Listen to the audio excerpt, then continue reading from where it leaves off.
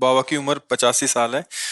85 साल उम्र है। आप कह रहे हैं कि आपने सारे तीर्थ किए कृपा से और यात्राएं की, बट कुछ अनुमति चाह रहे हैं खुद पूछने की महाराज। बोलो प्रभु बता। मेरा 85 बरस हो गया। गुजराती में चलेगा, हिंदी में? हिंदी में चलेगा। मेरे 85 बरस हो गया। मैं ट्रैवलिंग करता था, उसमें भगवान का दर्शन सब ठिकाना कर लिया, एक टाइम नहीं, 5 टाइम। तो अभी मेरे को आपका जो सत्संग हुआ, मैं 2 बरस और ये सत्संग में अपना ग्रुप में डालता हूँ और बोलता हूँ कि भाई आप सुनेगा तो आपको आदिवादी उपाधि मिट जाएगी, तो टाइम लेकर सुन लो। तो वो करना अच्छा है कि नहीं करना अच्छा है? बहुत अच्छा है, बहुत अच्छा है। दूसरों का मंगल करने की भावना से भगवत चर्चा सुनाना, ये तो बहुत बढ़िया काम है। ये भागवतिक कार्य है, जरूर करो। आपको जो अनुभव हो वो दूसरों से नाम के भगवत महिमा की बातें करो। बोधयंता परस्परम, भगवान की चर्चा करना है तो बड़ा मंगल बात है। ये 85 बरस में अब मैं क्या बोलूं, मेरे लिए कोई, मेरे को शब्द है ही नहीं मेरे पास। भगवान ने इतना कृपा कर दिया। अभी आपके पास मैं दूसरा टाइम आता हूँ 6 महीने के अंदर, और मेरा अभी खाली प्रश्न यह है कि मेरे को अभी दूसरा जन्म नहीं लेना है, कोई योनि में जाना नहीं है। मैं सुबह तुलसी माँ को और पीपल देव को दीवा करता हूँ, अगरबत्ती करता हूँ, एक ही मांगनी करता हूँ कि अब मेरे को जन्म नहीं चाहिए, कोई योनि नहीं चाहिए। महाराज जी, उसके लिए कोई सरल उपाय? हाँ बस मेरे को सीधा। बाबा मेरी बात मान लीजिए। हाँ जी। अगर आपको पकड़ में आ जाए, अगला जन्म नहीं होगा, मेरी बात मान लीजिए, बस नाम जप कीजिए। मेरे से नहीं होता है। मैं सत्कर्म बहुत करता हूँ, पर नाम जप नहीं होता। हम सत्कर्मों का आदर करते हैं, पर वो हमें जन्म ना लेने दें, इतनी बड़ी सामर्थ्य उनमें नहीं। जैसे भगवान की मर्जी। बस फिर राजी। अब आप सही बोले, आप सही बोले, आप सही बोले कि फिर जैसी भगवान की इच्छा। तो फिर इसमें बात समझ नहीं, तो मुझे लगता है कि जैसे आप इतना बोल सकते हैं कि मैं 85 वर्ष का हूं, मैं अमुक अमुक तीर्थ गया हूं, तो आप राधा राधा भी बोल सकते हैं ना। आप तीर्थ नहीं गए, आपको भगवान तीर्थ ले गए, आपको भगवान यहाँ लाए। पहले तो कर्माभिमान छोड़ो, कर्तात्व भाव छोड़ो, फिर राधा राधा जपो। अब उसके लिए कह रहे हो मैं कर नहीं पाऊंगा, अब हम कैसे दूसरा एक जो नारद मुनि ने दिया ना, नारद मुनि ने प्रहलाद जी को, वो करता हूँ। क्या? ओम नमो भगवते वासुदेव। निरंतर जपते हो? निरंतर नहीं, चलते बोलते नहीं, ये गुरुजी ने दिया है आपको? नहीं बाबा नहीं, तो मैं खाली नारद जी का, प्रहलाद जी को सुना। किसी महात्मा को पहले गुरु रूप से वरण करो, उसके द्वारा रामकृष्ण हरि मंत्र जो नाम मिले। देखो अब हमारी बात कैसे, यही समस्या है कि पुरानी चादर में जब बढ़िया रंग चढ़ जाता है तो फिर दूसरा रंग चढ़ता नहीं है। अब उनके दिमाग में बैठ गया मैंने सारे तीर्थ किए हैं, दिमाग में बैठ गया मैंने ये किया है, मैंने वो किया है। ये सब कुछ नहीं है भाई, मेरी बात मानो। नाम जब करते हुए अपने घर में बैठे हो, सारे तीर्थ आपके चरणों में हैं। मेरी बात मान लो, मेरी बात मान लो। गोस्वामी तुलसीदास जी कह रहे हैं, राम राम राम जी जो लो तू न जपी है, तो लो तू कहूं जाए तिहूं ताप तपी है। सुरसरी तीर बिन नीर दुख पाई है, सुर तरु तरे तो ही दारिद सताई है। मान लो बात। राम राम राम, राधा राधा राधा, कृष्ण कृष्ण कृष्ण, एक नाम पकड़ लो, पक्का अगला जन्म नहीं होगा। तो मैं भी आपको गुरु मान के राधा राधा जब। अरे बस तुम्हें बेड़ा पार, हम कह रहे तो पकड़ तो ले, राधा राधा उच्चारण करो और श्वास छूट जाए और भगवत प्राप्ति ना हो तो बात हमारी। बस राधा, आपका गुरु मान के राधा राधा करते रहो। बस बस, चिंता मत करो, बिल्कुल चिंता मत करो। आप इसका परिणाम बताने के लिए हमसे तो नहीं रहोगे, लेकिन खुद आप देख लेना। भरोसा करने पर ही इस मार्ग में आगे बढ़ा जाता है। हाँ, नाम नाम नाम नाम चलाओ, और भगवत प्राप्ति की बिल्कुल, अरे पुत्र के बहाने बोला नारायण तो भगवत प्राप्ति हो गई। तुम राधा जान के राधा राधा बोल रहे, तुम्हें भगवत प्राप्ति नहीं होगी, विश्वास करो। जान के तुम राम राम बोलो, भगवत प्राप्ति नहीं होगी, विश्वास करो। बस गुरु जी हो गया, मैं आपका गुरु मान। और अब किसी से कहना नहीं कि मैंने इतने तीर्थ किए, क्योंकि वो सब पुण्य नष्ट होता है और तुम जानते हो। मैंने किराया नहीं करवाया, अब मैं क्या, अब कहना नहीं किसी से, ठीक है। आज से अब अपनी बात मत कहना मैंने जीवन भर इतना तीर्थ किया, इतना दान किया, इतना पुण्य किया, इतने तीर्थ ना आए, 5 बेर गया। अब मत बोलना, चुप रहना, नाम जप करो जी। वैद्य शिवचरण शर्मा जी, अलवर। राधे राधे, जय सीताराम महाराज जी। महाराज जी, क्या जीव अपने संचित व प्रारब्ध कर्मों को नष्ट कर सकता है? हाँ, कर्म तो नष्ट ना हो तो भगवत प्राप्ति कैसे होती है? प्रारब्ध को नष्ट करने के लिए बहुत जोर का भजन चाहिए, पर जब उस जोर का भजन होगा तो वो प्रारब्ध नष्ट करना नहीं चाहेगा। बात ये है, प्रारब्ध नष्ट करने लायक जब भजन होगा तो उसका प्रयोग नहीं करेगा। संचित कर्म और क्रियमाण ये दोनों नष्ट हो जाते हैं। क्रियमाण भगवद अर्पित होते हैं, इसलिए वो अकर्म हो जाते हैं, मतलब वो फल देने में समर्थ नहीं होते। और संचित कर्म भगवान की शरणागति से भस्म हो जाते हैं, और प्रारब्ध भगवान के स्मरण के प्रभाव से हम सह लेते हैं। बड़े बड़े संतों ने प्रारब्ध को नष्ट नहीं किया। जब तक नष्ट करने लायक भजन नहीं होता तो नष्ट करने की इच्छा होती है, और जब नष्ट करने लायक भजन हो जाता है तब भगवत प्राप्ति की इच्छा आ जाती है। तो प्रारब्ध भोग कुछ समझ में नहीं आता। नहीं, ऐसे बड़े बड़े संतों को देखा गया कि सिद्ध हैं, समर्थ हैं, और कैंसर है, अमुक रोग है, अमुक, उन्होंने प्रारब्ध को नष्ट नहीं किया, प्रारब्ध को भोग लिया और भजन जगत मंगल के लिए, भगवत प्राप्ति के लिए। तो जब तक भजन प्रारब्ध नष्ट करने योग्य नहीं होता तब तक इच्छा रहती है, और जब भजन प्रारब्ध करने नष्ट करने के योग्य हो जाता है तो इच्छा खत्म हो जाती है। जैसे रामकृष्ण परमहंस जी के भाई जी हनुमान प्रसाद पोद्दार, बड़े बड़े संतों, ये तो एक बार एक संत जो 3 परिक्रमा गिरिराज जी की लगाते थे और गोपाल शास्त्र नाम के 108 पाठ रोज करते थे, तो उनको लकवा मार गया, पैरालाइसिस जिसे कहते हैं। हाँ, तो हरि बाबा और उड़िया बाबा उनसे मिलने गए तो कहा, बाबा आपके पास इतना भजन बल है कि आप इस पैरालिस को क्या और हजारों के पैरालिस को नष्ट कर। तो उन्होंने कहा कि महाराज क्यों विनोद करते हो, ब्रह्मास्त्र का प्रयोग मच्छर मारने के लिए थोड़ी होता है, शरीर प्रारब्ध नष्ट करने के लिए भजन का प्रयोग थोड़ी होता है। ये भोग लिया, अब शरीर छूटेगा, भगवान के पास जाएंगे। तो जब भजन प्रारब्ध नष्ट करने लायक होता तब इच्छा नहीं रह जाती, क्योंकि इच्छा रहित महापुरुष हो जाता है और देह कपड़े की तरह दिखाई देने लगता है। प्रारब्ध भोग कपड़े पे होता है, स्वरूप पे नहीं होता। प्रारब्ध का आक्रमण अंतःकरण और शरीर, ये 3 कपड़े हैं, स्थूल सूक्ष्म कारण।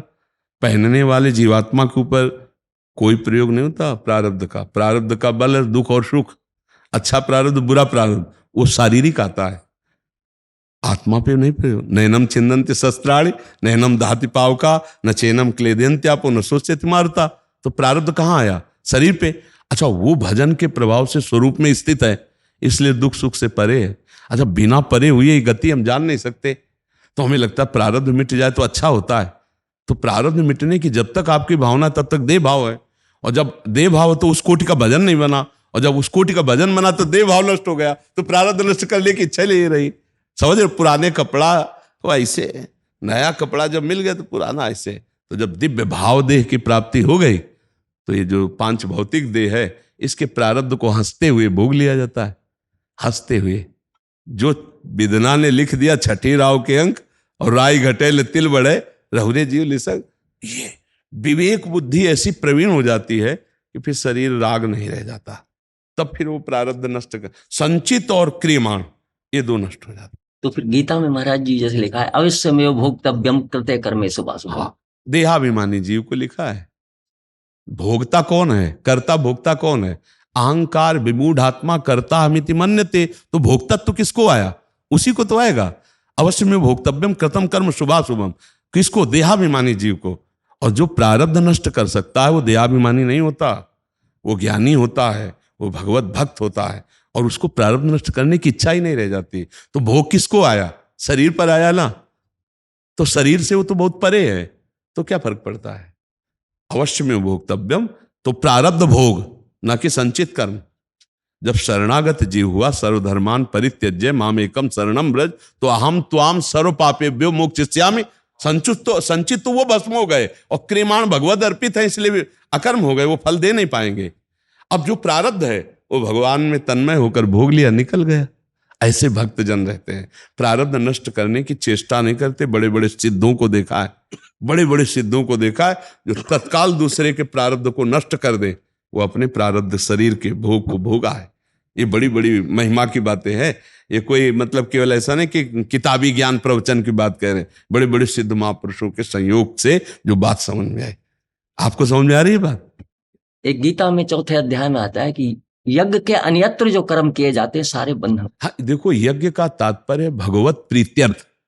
यज्ञ का तात्पर्य केवल ये अध्यात्म भगवत प्रीत्यर्थ, जो अपनी वासना पूर्ति के लिए किया जाता है वो सब बंधन कारक है, और जो भगवत प्रीत्यर्थ किया जाता है वो सब महान मंगलदायक है। वो कोई भी कर्म हो, भगवत प्रीत्यर्थ। तस्मात् शास्त्रम प्रमाणम ते कार्य अकार्यो व्यवस्थित हो। कार्य और अकार्य की व्यवस्था शास्त्र के अनुसार हो, और जो कर्म किया जाए वो भगवत प्रीत्यर्थ किया। यत करोषि, भगवान ने नहीं कहा यत करोषि, जो करते हो मेरे लिए करो, मेरे को अर्पित कर दो, या मेरी भावना से करो। दोनों बात है कि हमारे सामने जिस हम पुरुष की सेवा कर रहे वो भगवान है, जो हम पशु पक्षी किसी की भी, वो भगवान उसमें है। भगवत भावना, तो भगवत भावना ही यज्ञ है। यज्ञ नाम भगवान का है। भगवत प्रीत्यर्थ, भगवत प्रीत्यर्थ किया हुआ कर्म यज्ञ है, और स्वसुख वांछा से किया हुआ कर्म बांधने वाला है, वो निश्चित अवश्य में भोक्तव्यम कृतम कर्म शुभाशुभम। और भगवत प्रीत्यर्थ कर्म शुभ अशुभ का नाश करके भगवत प्राप्ति कराता है। वो कर्म योग हो जाता है, केवल कर्म नहीं रहता। नहीं समझ रहे आप? नाथ कृपा ही को पंथ चितवत, दीन हो दीन दिन रात, हो ही धो के ही काल, दीन दयाल जानी न जात। का तो सब आपका अपना नहीं है, ये सबके जन कल्याण के लिए है आपका जो है। आपका जो हम देखते हैं कि जो आपकी जो एकांत की जो वार्तालाप होती है उसको हम हर रोज सुनते हैं पूरा, तो उसमें मतलब इतना कोई, मैं तो बोलता हूँ कि किसी के अंदर कोई प्रश्न रहेगा ही नहीं। अगर वो सुनेगा तो किसके अंदर कोई प्रश्न ही नहीं रहेगा कि ये है हमें प्रश्न ये कुछ रहा। और इतना बदलाव आता है महाराज, मैं सुनता हूँ कि अगर वीडियो से ही ये सब सुनने से ही आपका वाणी का, आपका तपस्या का इतना प्रभाव है, जो साक्षात कर लेगा उसका क्या मतलब क्या दशा हो जाएगी उनका तो मतलब जीवन ही धन्य हो गया। इसलिए मैं 1 साल से प्रयास कर रहा था यहाँ आने का, लेकिन वो श्री जी की कृपा हो गई। हाँ, प्रभु की कृपा से मिलन होता है। जी। आशुतोष स्वरूप जी महाराज, स्वामी जी महाराज जी, आप एक प्रश्न है पूज्य महाराज जी का। स्वामी जी पूछ रहे हैं कि जो सेवा ही करते हैं और भजन नहीं करते उनका क्या होगा महाराज जी? सुकृत कर्म बन सकता है, लेकिन भगवत प्राप्ति नहीं मानते। क्योंकि भगवत प्राप्ति चिंतन से होती है। अगर आप भगवत चिंतन नहीं करते हैं तो आप बड़े से बड़े कर्म को करके भी शुभ कर्म साबित कर सकते हैं, भगवत प्राप्ति नहीं। और शुभ और अशुभ दोनों कर्म बांधने वाले होते हैं। जैसे महाराज नृग, उदाहरण देने से ज्यादा अच्छा समझ में आता है। जैसे महाराज नृग बड़े ही धर्मात्मा पुरुष और गौ सेवक और गौदानी और सब कुछ ब्राह्मणों ब्रह्म ऋषियों को दे देने की भावना रखने वाले, लेकिन थोड़ा सा अपराध तो गिरगिट बन गए, भगवत प्राप्ति में बाधा पहुंच गई। हमें लगता है कि दान पुण्य सुकृत इनके साथ यदि हम अच्युत भावना, सबके प्रति भगवत भावना और भगवत स्मरण रखें तो हमारा सब काम ठीक हो जाएगा, भगवत प्राप्ति हो जाएगी। अगर नहीं तो फिर हमें इस पर विश्वास नहीं, शुभ कर्मों पर। जैसे शुभ कर्म के परिणाम रूप एक मनुष्य शरीरधारी महाराज नहुष देवराज इंद्र पदवी पर बैठते हैं, फिर इसके बाद त्रुटि होने पर अजगर योनि को प्राप्त होते हैं। जमान है, शुभ कर्म जमान है। भगवत स्मरण करने की इतनी महिमा है कि एक व्यभिचारी पुरुष अंतिम समय अपने पुत्र को पुकारता है नारायण, उसे भगवत प्राप्ति हो जाती है। इसलिए स्मृति, यस्य स्मरण मात्रेण जन्म संसार बंधनात् विमुच्यते नमस्तस्मै विष्णुवे प्रभु विष्णुवे। यदि स्मृति नहीं तो हमारी नजर में सब व्यर्थ है, क्योंकि आप शुभ कर्म करके, यज्ञ करके, शास्त्र स्वाध्याय करके, सब कुछ करके भगवत प्राप्ति नहीं कर सकते जब तक अखंड स्मृति नहीं होगी। इसके लिए अखंड स्मृति जरूरी। हाँ, अव्यावृत भजनात् भगवान अपनी प्राप्ति का उपाय बताते। अनन्य चेता सततम यो माम स्मृति नित्य सहा तस्याहम सुलभा पार्थ। देवर्षि नारद जी बताते हैं भगवत प्राप्ति को उपाय। तदर्पिता अखिलाचारिता तद्विस्मरणेन परम व्याकुलतेत। समस्त आचरण भगवान को समर्पित किए जाए, श्री कृष्ण अनुकूलेन प्रतिकूल से विसर्जनम, तब हमारे हृदय में अखंड स्मृति। तद्विस्मरणेन परम व्याकुलतेत तन्मया, भगवत स्मृति में तन्मय।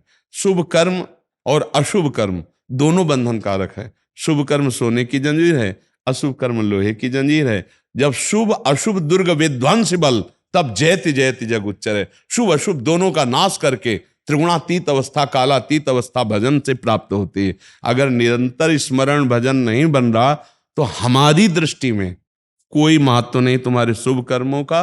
वो शुभ कर्म पुण्य क्षीणे मृत्यु लोके विसंति, पुनः ले जाएंगे, नया स्वप्न दिखाएंगे और फिर मृत्यु लोक में गिरा देंगे। स्वर्ग क्या है? एक अच्छा स्वप्न है, बस, और कुछ थोड़ी है। भोगने के बाद फिर तो काम बना नहीं ना।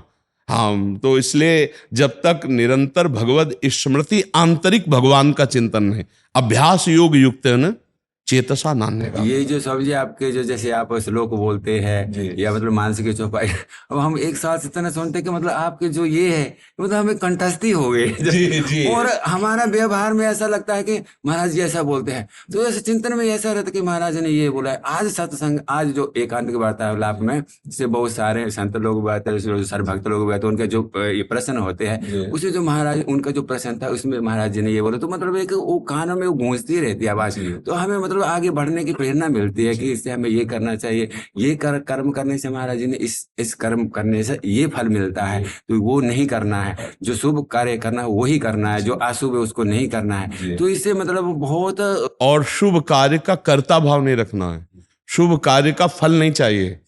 इसमें यह भी प्रवीणता रखनी है कि अशुभ कर्मों का त्याग करना है, शुभ कर्म शास्त्र प्रमाणित करना है, और उसके फल की आकांक्षा नहीं रखनी, और उसके कर्ता भाव का त्याग करना है। मतलब निस्वार्थ भाव से। आप कर्ता हैं ही नहीं, आप तो साक्षी मात्र हैं।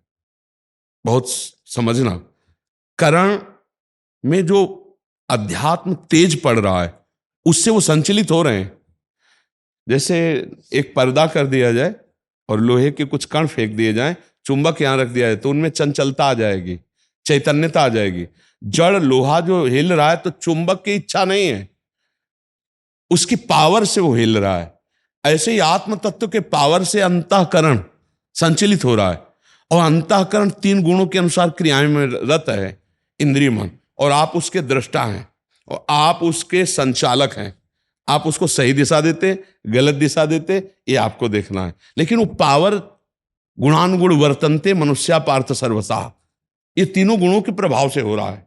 अंतःकरण जो संचलित हो रहा है आत्म पावर से हो रहा है, और वो आत्म पावर आप हैं। आप दृश्यमात्र हैं, कर्ता नहीं। ये आपके अनुसार बोल रहे हैं। और फल में सुख दुख के समय कृत्वा लाभा लाभो जय जय। सुख दुख में, लाभ हानि में, जय पराजय में, स्थिति परिस्थिति कैसी भी हो, संतुष्टायन केनवा। आप चूंकि साक्षी हैं इसलिए कोई भी स्थिति आपको स्पर्श नहीं कर सकती, कोई भी परिस्थिति आप पर हावी नहीं हो सकती। अगर आपने अपने को साक्षी भाव में ला चुके हैं तो, और अगर देह भाव में है तब तो प्रभावित कर लेगी। फिर उस समय दूसरे भाव से आ जाता है कि भगवान हमारे को निर्मल कर रहे हैं, भगवान हमारे को निर्मल करने के लिए ये परिस्थिति दी है। अगर अनुकूल परिस्थिति आती है तो भगवान दुलार कर रहे हैं, प्रतिकूल आती है तो भगवान कृपा कर रहे हैं, क्योंकि हमें पावन कर रहे हैं। और अगर हम ज्ञान भाव में देखते हैं तो फिर दृष्टा भाव से देखते हैं। महाराज जी देखो, ऐसे साधना तो हम लोग करते हैं, लेकिन थोड़ा सा विक्षेप आने के मन फिर विचलित हो जाता है। फिर से मतलब विक्षेप को ही विक्षेप हमें देना है। यही तो बहादुरी है कि विक्षेप जब आए तब हम मुस्कुराए। विक्षेप आ किसको रहा है? मन की मानी हुई अनुकूलता के प्रतिकूल चेष्टा को विक्षेप कहते हैं। मन की मानी हुई अनुकूलता के प्रतिकूल जो चेष्टा हुई उसको विक्षेप कहते हैं। कोई विक्षेप नहीं।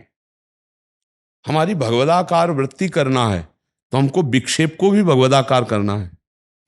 हमें कुछ भी छोड़ना नहीं, सबको घसीटना है अपने भाव में, कहीं कोई परेशानी नहीं। जैसे भारी विक्षेप पड़ रहा है, कोलाहल अशांति, उस समय भी हम देख रहे हैं ये गुणों के प्रभाव से हाहाकार मचा हुआ, पर मैं इस समय निर्लेप हूं, मैं इस समय परम शांत हूं, मेरे स्वरूप में कोई अशांति नहीं, गंभीर शांत मुद्रा है, बस संतुष्टा येन केनवा। बस यही प्रवीणता है उपासक की, कि अपने को विक्षेप से बचा ले, ना स्वयं उद्विग्न हो और ना अपनी किसी चेष्टा से किसी को उद्विग्न होने दे, अपनी चेष्टा से ना होने दे और दूसरे की चेष्टा से स्वयं अपने को उद्विग्न ना होने दे। से वो जो जैसे मतलब विक्षेप आता तो उस समय हमें अपने आप को कैसे बचाए? जैसे हमारे अंदर विक्षेप आ रहा है, अब वो विक्षेप किस कोटि का है पहले हमको ये देखना होगा। नहीं, जैसे थोड़ा सा भी विक्षेप आ, जैसे नहीं, हम प्रतिकूलता को ही तो विक्षेप मान रहे हैं ना, जी हाँ जी हाँ जी प्रतिकूलता ही तो मान रहे हैं। जी हाँ जी। तो हमारे को प्रभु इस प्रतिकूलता में भी भगवदाकार वृत्ति रहे, इसके लिए मुझे अवसर दिया है। जी जी तो मुझे उस समय और डट के भजन करना है। हाँ, जैसे कोलाहल या किसी भी तरह का विक्षेप है, किसी भी तरह का, कोई हमें बार बार परेशान कर रहा है, वो बार बार हमें, तो उस समय हमको अपनी एकाग्रता और फिट कर देनी है। मतलब भगवान मुझे इस स्थिति में भी मेरा निरंतर भजन चले, ये इसलिए परिस्थिति भेजा है। मुझे भजन छोड़ के भागना नहीं एकांत की तरफ, मुझे वहीं बैठना है।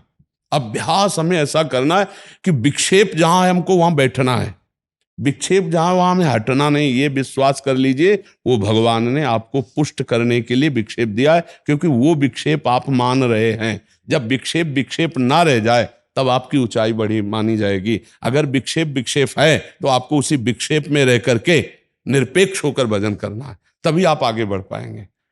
अगर विक्षेप बना रहा तो कहीं भी भाग के जाए विक्षेप बना ही रहेगा। हमको विक्षेप दिया ही इसीलिए जाता है कि जहां, जैसे अपना चेला जहां कमजोर होता है गुरु वहीं प्रहार करता है।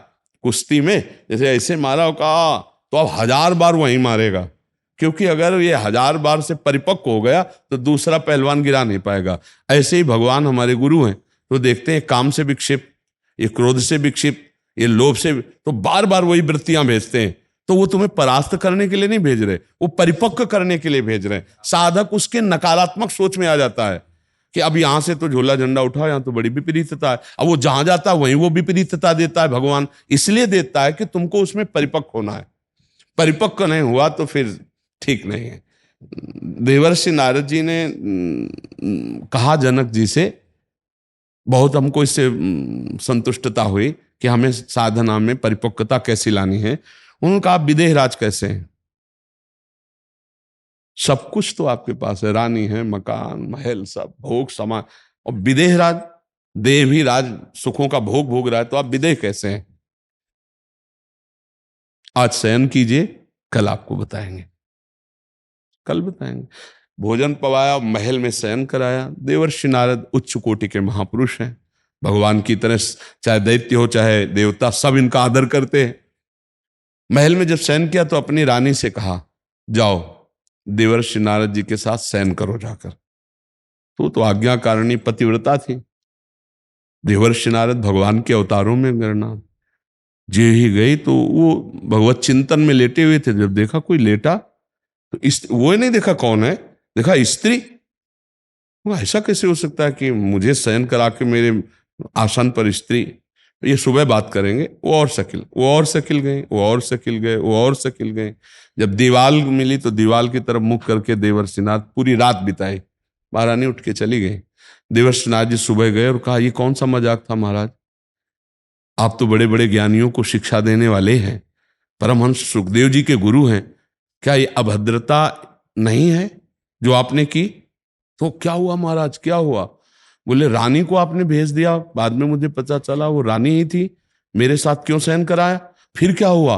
बोले मैं सकिला। फिर क्या हुआ? बोले जब दीवाल मिली तो दीवाल की तरफ मुंह करके पूरी रात लेटा रहा और वो पार्श्व में लेटी रही। तो आपको दीवाल और स्त्री में फर्क नजर आया? बस हमको यही फर्क नहीं नजर आता। जैसे तुम्हारे लिए दीवाल मिली तो शांति से आप, ऐसे मेरे लिए स्त्री, ऐसे मैं, इसलिए मैं विदेह राज हूं कि तुम्हें स्त्री और दीवाल में फर्क नजर आया, मुझे स्त्री और दीवाल में फर्क नहीं। दे स्थिति से ऊपर। इससे हमें बहुत उदाहरण मिला कि हमें हर विक्षेप को भगवत स्वरूप समझकर सहना है। हम भगवत पार्षद हैं, संत हैं, हमें कहीं भी विक्षिप्त नहीं। ए दूरी, किससे कौन दूरी, किससे कौन दूरी, बस यही समझना। तो आसक्त भी नहीं होना और घृणा नफरत भी नहीं करना कहीं भी, पूरे विश्व में समभाव से। जब श्री सुखदेव जी महाराज व्यास देव जी से बताया कि मेरा जो अनुभव क्या यही ब्रह्म साक्षात्कार है, अब इसका प्रमाण तो गुरुदेव ही देंगे। तो श्री व्यास देव जी ने इसी प्रमाण के लिए जनक जी के पास भेजा सुखदेव जी को। तो सुखदेव जी की अंतर्वृत्ति जान करके जनक जी ने उनकी परीक्षा ली। जो ही प्रथम गेट में गए रुकवा दिया, तो उनका प्रार्थना कीजिए जनक जी से मैं मिलने आया हूं। कोई उत्तर नहीं। 7 दिन 7 रात्रि तक कोई उत्तर नहीं। भला सोचो अपने लोगों को घंटा 2 घंटा हो जाए तो चेहरे का रंग बदल जाएगा। 7 दिन 7 रात्रि कोई उत्तर नहीं, और वो यथावत वैसे ही खड़े रहे। पूछा उनके चेहरे की आकृति में कोई परिवर्तन? कोई परिवर्तन नहीं।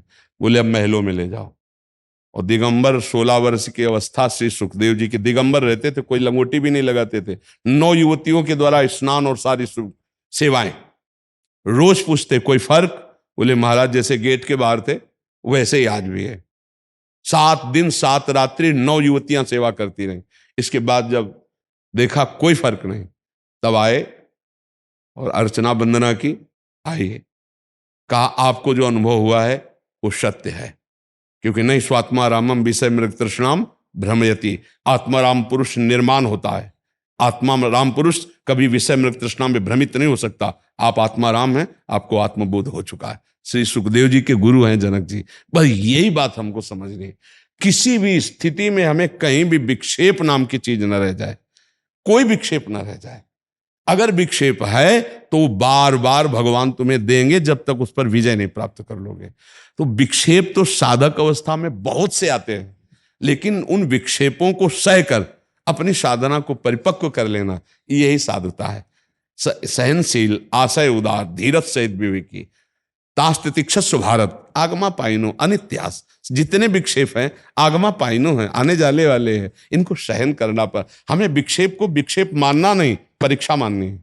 हमें उत्तर देना है विक्षेप में विक्षेप रहित होकर अपने ही लक्ष्य पे बने रहना। अगर लक्ष्य छूट गया और विक्षेप से प्रभावित हो गए तो विक्षेप हो गया। अगर लक्ष्य चिंतन नहीं छूटा तो विक्षेप से हम कभी प्रभावित नहीं हुए, कभी परास्त नहीं हुए। हमारे लिए कोई विक्षेप ही नहीं है, कोई विक्षेप नहीं है, कुछ विक्षेप नहीं। मत्ता परतरम नान्यत किंचिद अस्ति धनंजय। वही सत्य वस्तु विक्षेप बन के आता है हमको पुष्ट करने के लिए, हमको पुष्ट करने के लिए। कभी वो हमको नष्ट करने के लिए नहीं आता, वो पुष्ट करने के लिए आता है। मतलब हम में कमी है, इसलिए भगवान जो हमारी कमी है उसको दूर करने के लिए उस विकृत से। हाँ, क्योंकि भगवान करुणा में कभी अपने भक्त की बाधा नहीं बर्दाश्त कर सकते। वो जितनी बाधा स्वीकार करता है उसको निर्बाध करेंगे, अबाध गति प्रदान करेंगे। तो इसलिए अपने लोगों को हर विक्षेप को सहना है, सहकर वहां भगवत लक्ष्य रखना है कि भगवान ने मुझे विक्षेप दिया भजन करने के लिए। और सत्य मानिए, बहुत आनंद आएगा जब विक्षेप सहकर सही माने में निकल जाओगे। यहां तक कि पिटाई भी करवा देते हैं। ऐसे कई घटनाएं, जो भ्रमण करते हैं उनको प्रसाद मिलता रहता है। ऐसे अशुद्ध प्रवृत्ति वाले जनों को मिलाया जाता है कि अब देहाभिमान कितना रह गया है, बस ये शांति से। तो हमें पिटाई तक को भी भगवत प्रसाद मान के सहना होगा, तभी आगे। जब कोई अध्यात्म की ऊंचाई पर चढ़ा हुआ होता है तो ऐसे नहीं चढ़ा होता, रसगुल्ला खा के नहीं चढ़ा है, गुलाब जामुन खा के नहीं चढ़ा है। हाँ, हर कष्ट सहना पड़ा है, प्रकृति के हर वार को सीधे सहना। जैसा शास्त्रों में लिखा वैसे हमको हर स्थिति में तैयार रहना। साधु का मतलब होता है हर स्थिति का तैयार। हमारा अपमान होगा, हमारी निंदा होगी, हमें कष्ट सहना होगा, हमको उस तब हमें परमात्मा प्राप्ति। भक्तों के चरित्र पढ़ के देखो तो हमको विक्षेप क्यों दिया जाता है, भगवान क्यों पिटवाते हैं अपने भक्तों को।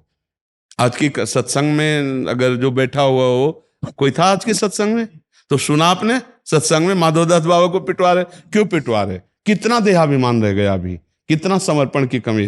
जैसे कुम्हार अपनी मटकी को बजा के देखता है ना, ऐसे भगवान अपने भक्त को बजा के देखते हैं। देखो भक्तों के चरित्रों को पढ़कर तो तैयारी करनी इस बात की कि मेरी मृत्यु का अवसर आने पर भी मुझे विक्षेप न मालूम दे। यही अध्यात्म है जो आपको हर परिस्थिति में मुस्कुरा के जीना सिखाता है, जो हर परिस्थिति से लड़ना सिखाता है। टूटना अध्यात्म है ही नहीं, तोड़ नहीं सकता। हर अध्यात्म का स्वरूप यही है। तो ये जो गृहस्थी में नाना प्रकार के दुखों को लोग भोग रहे, चिंता शोक, इससे उनको यही समझाना चाहते हैं कि वास्तविक दुख आपको छू नहीं सकता। आप ऐसे हो, पर आपने अपने को शरीर मान रखा है, आप गलत आचरण करते हो, इसलिए आपको दुख भोगना पड़ता है। नहीं, दुख तो आएगा, जो प्रारब्ध रचना है वो शरीर में आएगी, लेकिन उससे लड़ना सीखो। उससे हार गए किसी खेल में तो बोले डिस्टर्ब हो गए, ऐसा नहीं होना चाहिए। मनुष्य जीवन ऐसा नहीं, बहुत परिपक्व अवस्था को प्राप्त होना है। मानव जीवन दिव्य जीवन है, वो दिव्यता भजन से आएगी, साधना से आएगी। जी। मनमोहन जी, नई दिल्ली से। महाराज जी को कोटि कोटि नमन। राधे राधे। महाराज जी राधे राधे।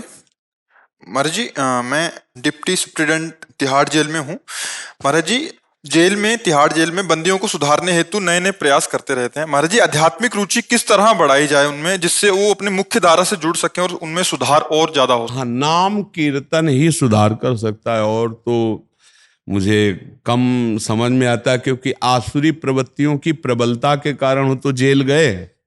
जेल में जितने जाते हैं आसुरी प्रवृत्ति, स्वसुख वांछा से किया हुआ कर्म आसुरी प्रवृत्ति में बदल देता है। जैसे व्यभिचार है, हिंसा है, चोरी है, बहुत प्रकार के जो आसुरी प्रवृत्ति के कर्म हैं वो उन्हें जेल पहुंचा दिए हैं।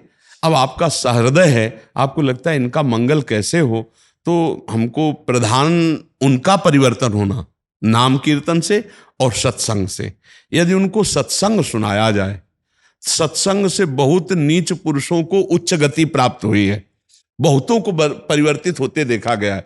अगर सत्संग सुनाए, अपने एक दिन हमको एक वीडियो भेजा था, मथुरा के जेलर साहब ने, वो आए भी थे, उनके पूरे परिकर स्टाफ सहित आए थे। वो अपने कैदियों को बैठाल करके राधा नाम कीर्तन करवाते हैं, और कुछ समय वो वीडियो हमारा सत्संग का उनको सुनाते हैं। हाँ, वो आपने जब यहाँ दिखाया तो हमने देखा था वो। अच्छा, शायद इन्होंने डाला होगा इन लोगों ने अगर उनको सत्संग सुनाया जाए, सुनाने का अधिकार है आपको? सत्संग सुनाने का अधिकार तो है, लेकिन प्रवृत्ति उनकी चेंज नहीं हो पाती।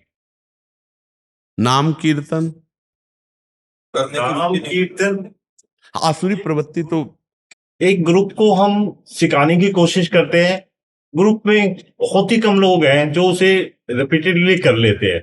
ऐसा नहीं है कि हर बंदा उसे कर ले, क्योंकि आसुरी प्रवृत्ति है ना। आसुरी मतलब राक्षसी स्वभाव, आसुरी प्रवृत्ति। पापवंत कर सहज स्वभाव, भजन मूर्ति भाव न काऊ। पर अगर नाम कीर्तन किया जाए तो मेरा विश्वास कहता है कि उनकी सदगति हो जाएगी, पक्का आनंद हो जाएगा। जैसे 100 बार नाम बोला गया, राधा राधा राधा, और वो बोल भी नहीं रहे तो कान में तो सुन रहे हैं। श्रवण और कथन का एक ही फल मिलता है। 100 बार राधा नाम उन्होंने सुना, और जब शरीर छूटेगा और उनका हिसाब होगा तो 100 बार राधा नाम सुनने का हिसाब उनका जुड़ गया रजिस्टर में, उनका मंगल हो जाएगा। स्वभाव परिवर्तित हो जाना ये तो बहुत कठिन बात। इसके लिए तो प्रगट साधु संग चाहिए, प्रगट साधु संग चाहिए। उनके प्रश्नोत्तर, उनकी रुक्षता अपनी भजन दृष्टि से बदलना पड़ेगा। जैसे आप बैठे हैं तो आपके ऊपर जो हम बात करके, तो इसमें हमारा जो आध्यात्मिक पावर है वो आपके अंदर जाएगा, वो हमारा संकल्प काम करेगा। जैसे हम चाहें कि आप ऐसे बदलना ही पड़ेगा तो आपको बदलना पड़ेगा। जैसे हम चाहकर बोलते हैं कि हमारी ये बात पूरी हमारे भारत में, समाज में, विश्व में जाए, मांस न खाया जाए, शराब न पिया जाए, व्यभिचार न किया जाए, तो हजारों लाखों नौजवान भाइयों ने छोड़ा है। हम मिले बाद में हैं, वो हमसे मिले बाद में, और पहले उन्होंने छोड़ दिया। ऐसा नहीं कि सुधार नहीं हो सकता, पर विशेष रोगी के पास फिर डॉक्टर के यहाँ भर्ती होना पड़ता है, नहीं होता। वो इमरजेंसी वार्ड वाले हैं वो। अब समस्या ये कि हम वृंदावन का नियम लिए हुए हैं, वृंदावन से बाहर नहीं जा सकते। अगर ऐसा अवसर मान लो प्रभु दिए होते, शरीर स्वस्थ होता और हमारा वृंदावन का ये संन्यास क्षेत्र संन्यास ना होता, और फिर हम जाते और आप हमें अवसर देते कि 1 घंटा हम उनके बीच में बैठे जिन्होंने कुमार्गामी प्रवृत्तियों के द्वारा अपना चित्त दुखाया, दूसरे का चित्त दुखाया, अपने परिवार से बिलग हुए, फिर उनसे जो वार्ता होती, शायद है कि निश्चित उनका परिवर्तन। शायद शब्द इसलिए कि अगर वो बहुत ही क्रूर कर्मी हैं तो कई बार जाना पड़ेगा, कई इंजेक्शन लगाने पड़ेंगे, नहीं तो एक बार इंजेक्शन में संत दरस जिम पातक टरे, निश्चित परिवर्तन हो। पर हमें लगता है प्रयास करते रहो, अगर 100 में 2 भी सुधर गए तो आपका प्रयास तो सफल होगा। 100 में 2 तो सुधर सकते हैं, माना 98 नहीं सुधरेंगे, पर 2 तो सुधर जाएंगे। आप नाम कीर्तन और सत्संग का प्रयास करते रहिए। और दूसरा है कि दुष्ट स्वभाव को भय के द्वारा भी सुधारा जाता है। तो आप शासन करता है वहां के, तो इतना तो आपको नाम कीर्तन करना ही पड़ेगा।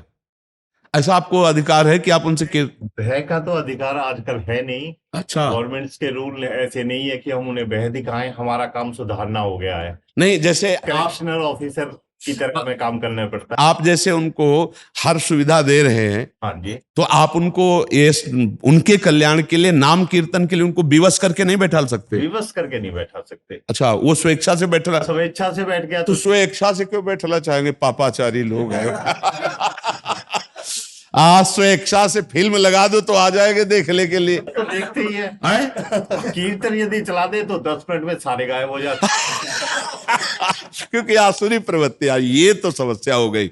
स्वेच्छा से तो जेल का है को जाते, अगर ऐसी इच्छा होती, नाम प्रिय लगे, भगवान प्रिय लगे, तो जेल का है को जाते। वो तो फिर अब यही समस्या है भगवान की माया की। एक बार एक क्राइम करके जाता है, थोड़े जेब कतरा आता है मेरे पास, महीने 2 महीने में चला जाता है या 6 महीने में चला जाता है, उसके बाद वो फिर आ जाता है। हाँ, क्योंकि उसको अपना स्वभाव परिवर्तन करना नहीं चाहता। हमने कोशिश की हर तरह से, उसको कढ़ाई, बुनाई, सिलाई, जो वो काम करना चाहता है उसे सिखाने की कोशिश की, लेकिन हमने उसको वॉच किया तो वो ही रिपीट करके आ रहा है। हाँ, वही नशा करके आ रहा है। बिल्कुल बिल्कुल। इसीलिए हमारा शास्त्र कहता है कि गुरु के किए नहीं होता। शिष्य अगर अपना सुधार ना चाहे तो गुरु सुधार नहीं चाह सकता। देखो, अगर सुधारना नहीं चाहा दुर्योधन ने, तो भगवान उपदेश देने गए थे कि युद्ध ना हो, लेकिन दुर्योधन नहीं सुधरा। तो इसीलिए अगर वो सुधरना चाहे तो सुधर सकते हैं। अब जब आप कहते हो जहाँ कीर्तन शुरू किया तो 10 मिनट में सब गायब हो जाते, तो बिल्कुल कैसे सुधरेंगे? आसुरी प्रवृत्ति, उनको लगता है सब क्या है, क्योंकि मलिन बुद्धि है, तो उनको परमार्थ बिल्कुल कुछ समझ में नहीं आता, और अपने को लगता है ये क्या है, कितना गंदा आचरण करके जीना चाहते हैं, और उनको लगता है क्या है ये, फालतू का जीवन व्यतीत कर रहे हैं। नहीं, उनको फालतू का जीवन लगता है, तो ये क्या जीवन है कि ये नहीं खाना, वो नहीं पीना, ये नहीं करना, वो नहीं। तो हमें लगता है अगर नाम कीर्तन सुनी लेंगे तो कल्याण हो जाएगा, लेकिन अगर बदलना ना चाहे तो कोई बदल नहीं सकता, कोई बदल नहीं सकता। और ये आसुरी प्रवृत्ति बढ़ती चली जा रही है। देखो, गंदे चरित्र देखते हैं बच्चे मोबाइल में, और फिर उसी का आचरण। हाँ, अब उनको अच्छा लगेगा रामकृष्ण हरि भजन और कथा वार्ता, उनको ये सब अच्छा नहीं। उनको उनका कोई हिस्ट्री सीटर प्रवचन दे कि अब की छूटना तो देखो, जल्दी पकड़ में मत आना, ऐसा ऐसा केस करना, मैं तुम्हें बता, वो अच्छा लगेगा उनको। क्राइम रिपोर्टर देखते हैं। हाँ, कैसे कैसे नया क्राइम हम कर सकते हैं। टीवी पे जो टीवी लगे हुए हैं जेल्स के अंदर, उसके अंदर वो क्राइम रिपोर्टर देखते हाँ, कि नया क्राइम का तरीका कौन सा पकड़ने में मिले। बिल्कुल ठीक बात है। हैं सर, मैंने ऑब्जर्व किया उसको। जी जी। तो आप भी नाम जप करते रहिए और उनको नाम जप सुनाते रहिए, सत्संग सुनाते रहिए। देखो, अगर 2 ही 4 सुधर जाएं तो समाज के 2-4 तो सुधर गए। और ऐसा तो नहीं है कि हमारा प्रयास व्यर्थ जाए, व्यर्थ तो नहीं जाएगा, प्रयास तो व्यर्थ नहीं जाएगा, ये हम पक्की बात कहते हैं। इस जन्म में पर और आगे के जन्म में उनका जरूर मंगल होगा, यदि उनको नाम सुनाया जाए, सत्संग सुनाया जाए, तो ये व्यर्थ नहीं जाएगा। व्यर्थ किसी दिन उनको अगर एक शब्द भी लग गया तो उनका परिवर्तन हो जाएगा। बहुत से लोगों का परिवर्तन हो रहा है और बहुत से लोगों का हुआ है, इतिहास साक्षी है, साधु संग से हुआ है। तो उनको अगर सत्संग सुनाया जाए, भले भाग जाएंगे, 10-5 तो बैठे रहेंगे। हाँ, इतने तो 100 में 5 से 7% तो निकल ही आते हैं जो इस धारा में। हाँ, तो कम से कम अगर वो सुधरेंगे ना, तो हम समाज का कोई हिस्सा तो सुधार पाए, एक चैन तो तोड़ पाए। हाँ, बिल्कुल बिल्कुल। आप प्रयासरत रहेगा। धन्यवाद आपको, जो आप ऐसे कैदियों के मंगल के लिए आप ऐसा सोचते। भगवान ने आपका बड़ा सरस हृदय बनाया है, जो आप ऐसों के लिए भी मंगल सोचते हैं, आप ऐसों के लिए मंगल भावना करते हैं, और ऐसे अधिकार पर होकर भगवान की बड़ी कृपा है। आप भी नाम जपते रहिएगा। जीवन का परम लाभ है भगवत प्राप्ति हो जाना, भगवान की कृपा प्राप्त हो जाना। अनूप विश्वास जी। श्री महाराज जी, आपके चरणों में कोटि कोटि प्रणाम। महाराज जी, मैं मथुरा में रहता हूँ। महाराज जी, मेरा प्रश्न है कि मेरे न चाहते हुए भी कई बार मुझसे ऐसा काम हो जाता है जो मेरे माता पिता का आंसू का कारण बन जाता है। महाराज जी, मेरी भगवान के प्रति पूर्ण श्रद्धा है। वैसे एक सोचता हूँ बात ऐसा हम ना करूं। आपको बताएं, हम ये ऊपर से कहते हैं कि ना चाहते हुए भी हमसे ऐसा काम हो जाता है। बात असलियत में कि अगर मैं ना चाहूं तो कुछ हो ही नहीं सकता। जैसे हमें लगता है ना, कोई जबरदस्ती हमसे करा देता, हम चाहते नहीं हैं। वो जो जबरदस्ती करा देता, वो असलियत में वो चाहत ही होती है, बिना चाहत के नहीं हो सकती। ऐसा कभी नहीं हो सकता। बिना चाहत के, जैसे हमने कभी मांस खाना नहीं सोचा तो कभी जिंदगी हो गई नहीं खाया। शराब पीना कोई जिंदगी नहीं, जो हमने चाहा नहीं तो जिंदगी में नहीं हुआ। और जिंदगी में किसी की ताकत नहीं कि हमारे सामने रख दे, किसी की ताकत भी नहीं, क्योंकि हमारी चाहत नहीं हुई ना। अच्छा, जो हमने चाहत की और शास्त्र में लिखा है कि नहीं करना चाहिए पर हमसे हो रहा है, तो हम ये बनावटी कह देते कि वो हम सच्ची कहते हैं, हृदय से नहीं चाहते, पर वो हो जाता है। वो हो नहीं जाता, वो हम चाहते हैं इसीलिए हो जाता है।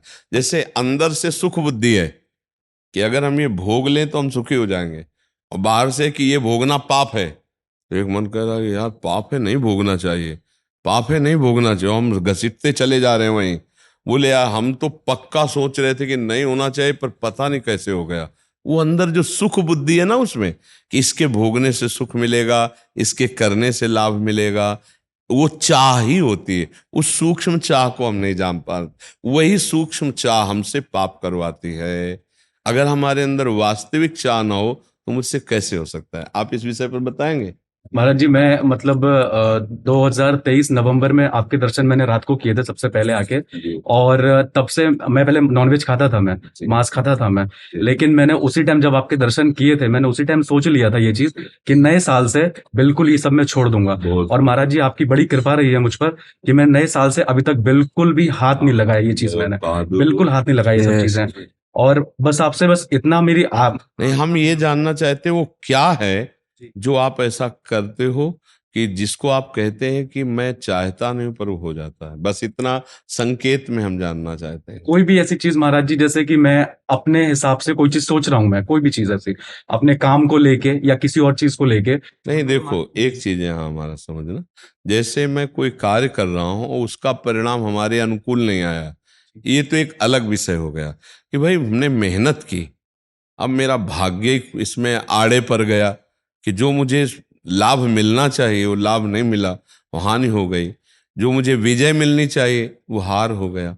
जहां मुझे सुख मिलना चाहिए वहां दुख मिल गया। तो ये परिणाम, अब परिणाम में ये पूर्व आप हमारा बाधा पहुंचा रहा है। सुख दुखे समय कृत्वा लाभा अलाभो जया जयो, ये परिणाम में हमको भोगना पड़ेगा। बहुत मेहनत करने पर हम सफल नहीं हो पा रहे, तो मेरा पूर्व का कोई पाप कर्म ऐसा है जो टांग मार रहा है। पक्की बात समझना, भगवान इसीलिए दोनों को कहा है कि जय पराजय में, लाभ हानि में, सुख दुख में समान भाव रखो। हम फिर प्रयास करते हैं। ये तो एक अलग चैप्टर हो गया। एक चैप्टर हो गया जो मैं नहीं चाहता ऐसा मेरे से कर्म हो जाता है, उस चैप्टर को संभालने की बात है।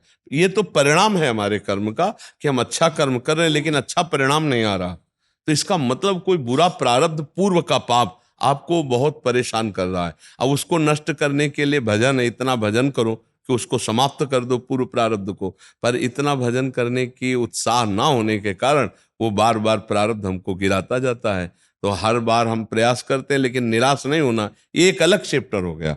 आपका शायद चैप्टर अलग है, जिसे आप कहते हैं मेरे द्वारा ऐसा कर्म बन जाता है जिससे माता पिता को मतलब दुख पहुंचता है। वो क्या कर्म हो सकता है? कर्म मतलब महाराज जी ऐसा है कि मैं एक ऑनलाइन काम करता हूँ, मैं एक, और उसमें हाँ, हाँ। जी बोलिए। मैं अपना एक ऑनलाइन काम करता हूँ जिसमें कि मतलब अभी तक मतलब जो चीज मैंने सोचा था वैसा भी हुआ नहीं है उसमें। अभी इतना मतलब जैसा मैंने सोच के स्टार्ट किया था काम को वैसा भी हुआ नहीं है कुछ भी इसमें। और मेरा उसके साथ साथ मैं एक प्रैक्टिस भी कर रहा हूँ। मैं सिर्फ वहां पहुंचना चाहता हूं कि आपके माता पिता को दुख आपके आचरण से क्यों, बस।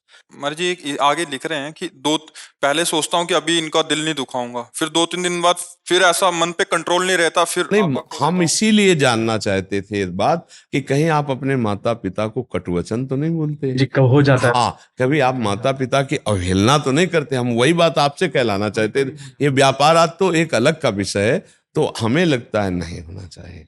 जैसे हम आपको कितना भी गाली दें, अगर आप थोड़ी भी श्रद्धा रखते हो कि संत है, तो आप ऐसे ही सुनेंगे कि महाराज अब आप बोल तो गलत ही रहे हो, कड़ुआ बोल रहे हो, पर आप हमारे गुरु हो या संत हो। अंदर बोलोगे नहीं, अंदर ऐसे चलेगा कि अब कुछ भी बोलो, वैसे तो हम आपको जवाब दे सकते हैं, पर आपको हमने गुरु माना, संत माना। इस तो या तो मानने का संबंध, वहां तो है मेरी माँ, वहां तो पिता है। मर्यादा से गलत शब्द कभी नहीं माँ पिता को निकलने चाहिए। मर्यादा में तो जैसे माँ है हमारे पिता है तो हम बोल सकते हैं देखो हम प्रयास कर रहे हैं इस विषय का, हम आपकी सेवा कर रहे हैं, वो थोड़ा हम बोल सकते हैं, थोड़ा हम लड़ सकते हैं। लड़ने का मतलब एक प्यार भरे शब्द। देखो मम्मी लगे तो हैं, हम भी तो प्रयासरत हैं, थोड़ा आप भी तो शांत रहिए। पर उनको गालियां दे देना, उन पर हाथ उठा देना या ऐसा व्यवहार कर देना कि वो बाद में रोएं, ऐसा उचित नहीं। आपको देखो ये शरीर जो मिला है तुम्हारी माँ ने अपने पेट में रखा, तुम्हारी माँ ने आपको दूध पिलाया, इतना बड़ा सहना। अब अगर भूल से कभी ये हाथ उनको दंड देने के लिए उठ जाए तो धिक्कार है उन हाथों को, जिन हाथों को मालिश कर करके माँ ने मजबूत किया। छोटे बच्चे को देखो ला कैसे माँ पूरे शरीर में तेल मालिश करती, दूध पिलाती, बड़ा करती। आज उसका शरीर अब वृद्धावस्था की तरफ जा रहा है। बड़ी नीचता है भाई, ये तो कभी नहीं होना चाहिए। हमें तो लगता है अपने माता पिता को भगवान मान के उपासना करे तो मुझे और किसी भगवान की जरूरत नहीं। सच्ची मान लो, आपसे कह रहे हैं। आज तक हुआ जो हुआ, आज से हमारी जो बात मान लेना। जब गुस्सा लगे तो आप चुपचाप मौन हो जाना, अपने माता पिता को कट वचन मत कहना और अच्छे से अच्छे उनको अनुकूल पदार्थ पवाना। सच्चे मंदिर माता पिता है। कभी कोई फल, कोई जूस, कोई ऐसी चीजें ले जाओ कि उनको पवाओ, उनके पैर दाबो। रात्रि में जब शयन करने जाओ उनके प्रणाम करके पैर दबा के देखो शयन कर, फिर कितना सुख मिलता है। अरे कटु वचन नहीं, बहुत बढ़िया ये लाभ है। आजकल के भाई बहन ये समझ नहीं रहे, अपने वयोवृद्ध माता पिता और भी बूढ़े जनों का जो अपमान करते हैं, बहुत बुरी तरह करते हैं। हमको तो बहुत चुभता है, बहुत चुभता है। तो आप लोगों से यही प्रार्थना है कि अपने अपने माता पिता की सेवा कर लो तो बहुत बढ़िया सेवा हो जाए। कहीं दान पुण्य कुछ मत करो। जब आपको दान पुण्य करने का मन हो, जो आपको पता हो कि हमारी मम्मी ये पाती है, हमारे पिता को ये पसंद आए, बढ़िया बढ़िया बाजार से खरीद के उनको पवा दो, बढ़िया कपड़ा पहनाओ, हाथ जोड़कर बात करो।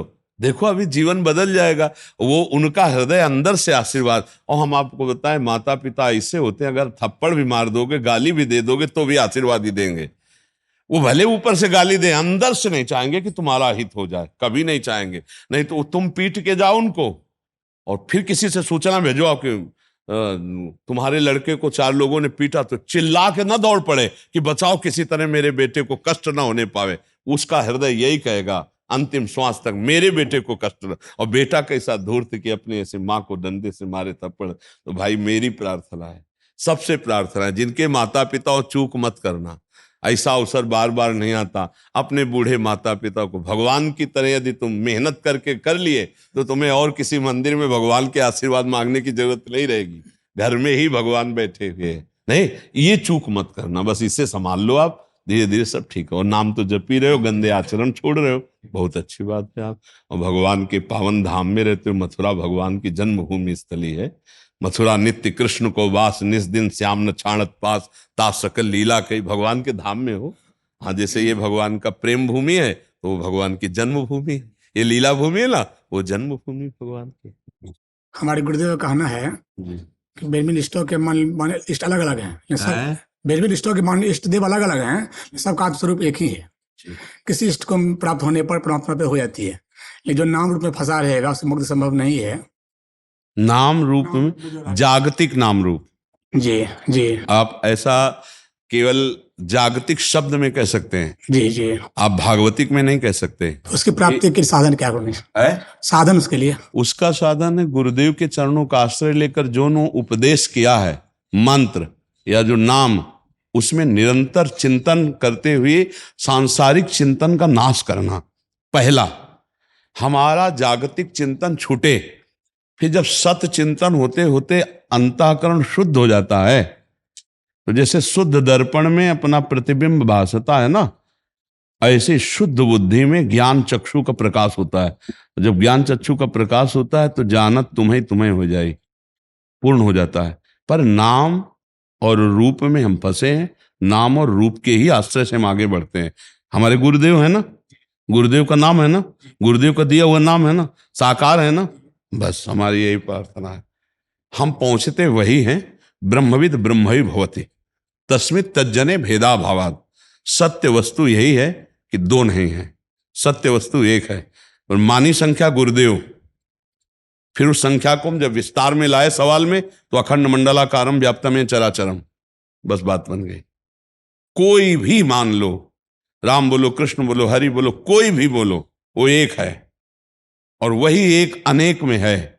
अनेक में एक और एक में अनेक का जो दर्शन कर लिया वही सिद्ध ज्ञानी। यो माम पश्यति सर्वत्र सर्वम च मयि पश्यति तस्याहम न प्रणश्यामि सच में न प्रणश्यति। वो अधूरा ज्ञानी है जो किसी का खंडन करता है। संपूर्ण ज्ञानी वही है जो है, बस है।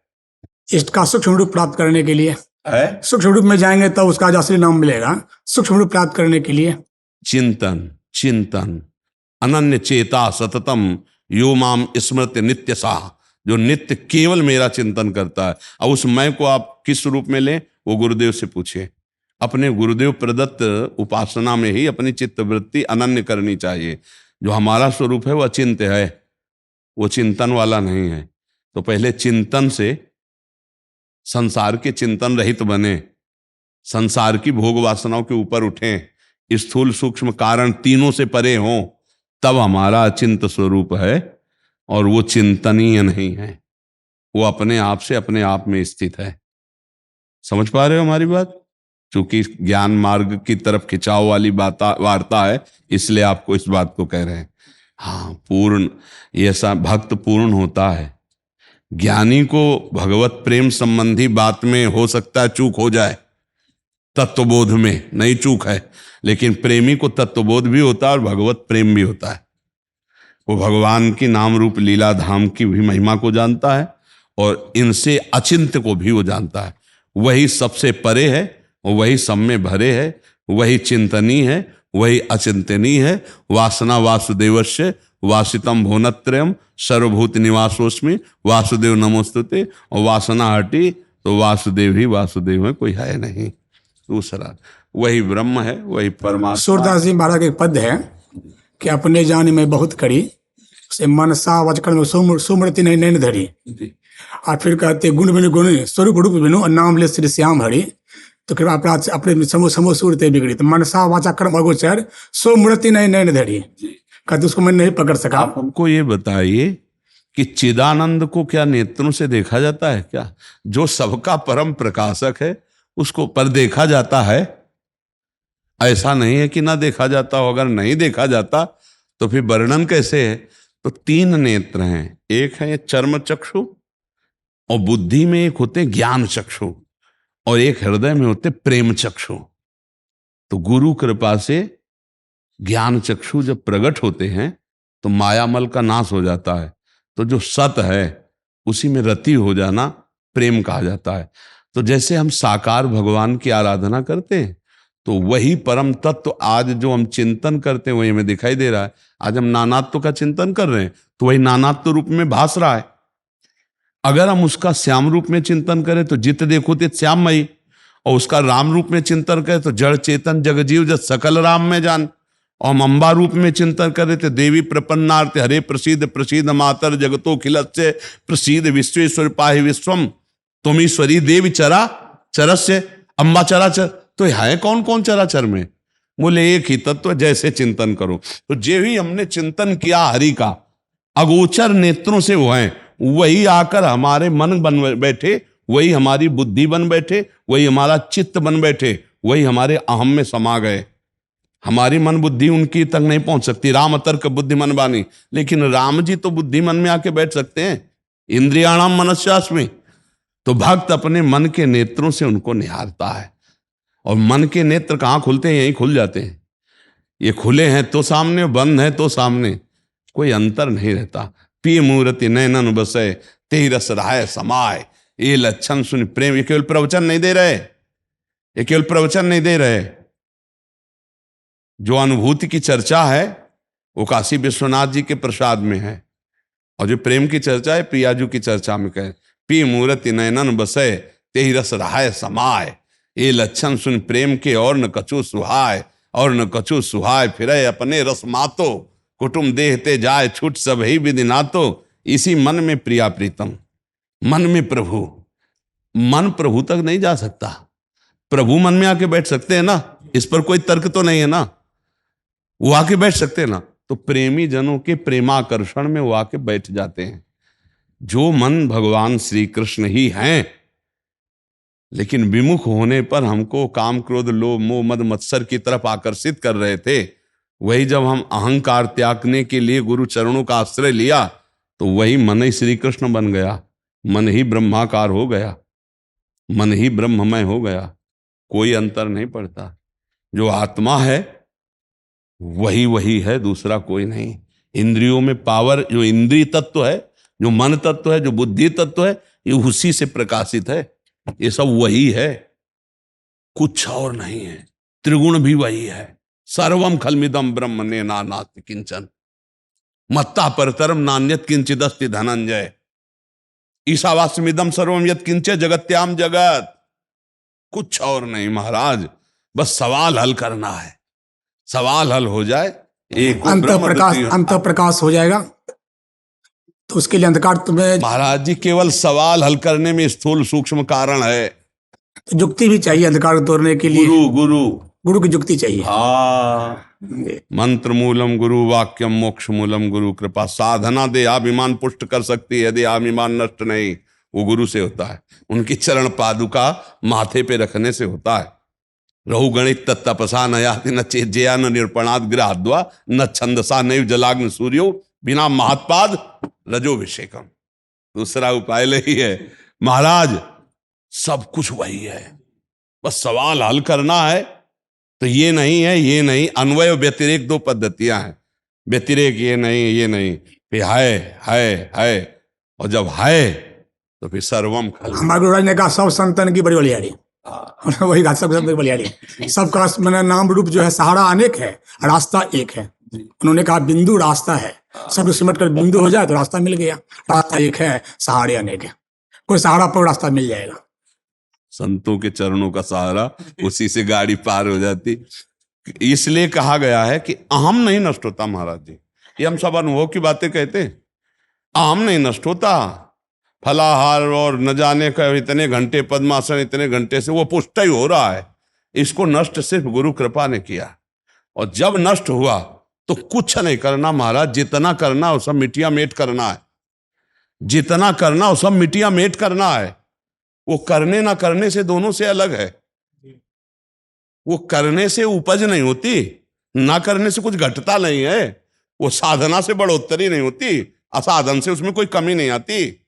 जो मैं है वो निर्लेप है, निर्विकार है।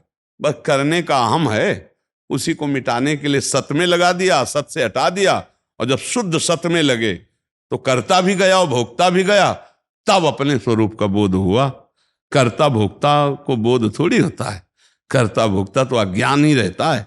और अज्ञान जब नष्ट हुआ, अब ये ऊंची बातें हैं भाई, लोगों की समझ में आ रही ना हो, लेकिन लक्ष्य आपका है इसलिए चर्चा हो रही। तो ये महाराज ज्यों कहते हैं सब कुछ वैसा ही रहता है, बस अज्ञान हट जाता है, कर्ता और भोक्ता भाव हट जाता है। अहंकार विमूढ़ आत्मा कर्ता हमिति मन्यते।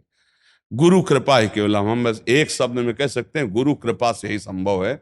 चाहे जितनी बुद्धि लड़ा लो, चाहे वेदांत पूरा कंठास्थ कर लो, लेकिन किताबी ज्ञान से माया की ग्रंथि का भेदन नहीं हो सकता। वो गुरु के जब तक चरणों की रज का सेवन नहीं होता और जब तक उनकी हमारे ऊपर प्रहार नहीं होते उनके, तब तक ठीक नहीं होता। जब हमारे अहंकार पे चोट मारी जाती है, वो गुरु ही मार सकता है, क्योंकि दूसरी जगह गर्दन फंसा नहीं सकते।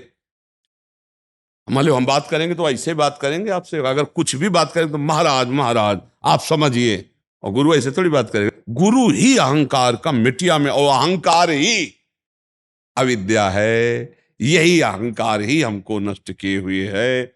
अगर मैं ज्ञानी हूं ऐसा बोध है तो अभी अज्ञान गया नहीं। मैंने ब्रह्म बोध प्राप्त कर लिया अगर ऐसा है तो अभी अज्ञान गया नहीं, क्योंकि वो बैठा है फल फैलाए हम। जब वो गया तो अपने आप से अपना मैंने आत्म तत्व का बोध प्राप्त कर लिया है, अज्ञानी की भाषा है। वो अपने आप का आत्मा कौन है? मैं ही तो है।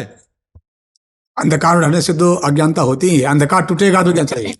अंधकार टूटने का जो युक्ति है वो गुरु देंगे। ये मतलब सर्वसार बात है कि जिसको माया मुक्त होना है गुरुदेव के चरणों में लिपट जाओ। वो बस उनकी एक भीनी कृपा दृष्टि आती है और वो ऐसी ज्योति जगाती है अंतर में कि वो अपने से अपने को देख करके तृप्त हो जाता है। फिर गुरु और शिष्य नहीं रह जाते। सेवक स्वामी भाव छुटी जावे। फिर वो एक अद्भुत स्थिति होती है, एक में दो और दो में एक, एक में दो और दो में एक, क्योंकि प्रेम गलियत सांकरिता में दोनों समाये हो तो एक रहे, पर खेल जब होगा तो दो में ही होगा। तो फिर ये द्वैत का व्यवहार केवल होता है, गुरु शिष्य का स्थिति एक होती है। व्यवहार में जो त्रुटि करे वो भी अज्ञानी होता है। अब गुरु के सामने ऐसे थोड़ी कि हम तो में एक ही है, नहीं, गुरु के सामने प्रणिपाते साष्टांग दंडवत दैन्य भाव, पर तत्वबोध में कोई अंतर नहीं है, तत्वबोध में द्वैत नहीं है, भाव व्यवहार सेवक स्वामी भाव छुटी जावे, एक हो गया। पर अंतर का विषय रहता है। अब जैसे बाहर मिलेगा तो व्यवहार उसका सम्यक वैसे ही होगा, हाँ, समदर्शिना न कि समवर्तिना, व्यवहार वैसे ही होगा जैसे होना चाहिए। स्थिति में अभेद रहता है, उसका जो स्वरूप है वो अभेद स्थिति में रहता है। बड़ी कृपा करी, आखिर चर्चा भागवतिक हो गई जी।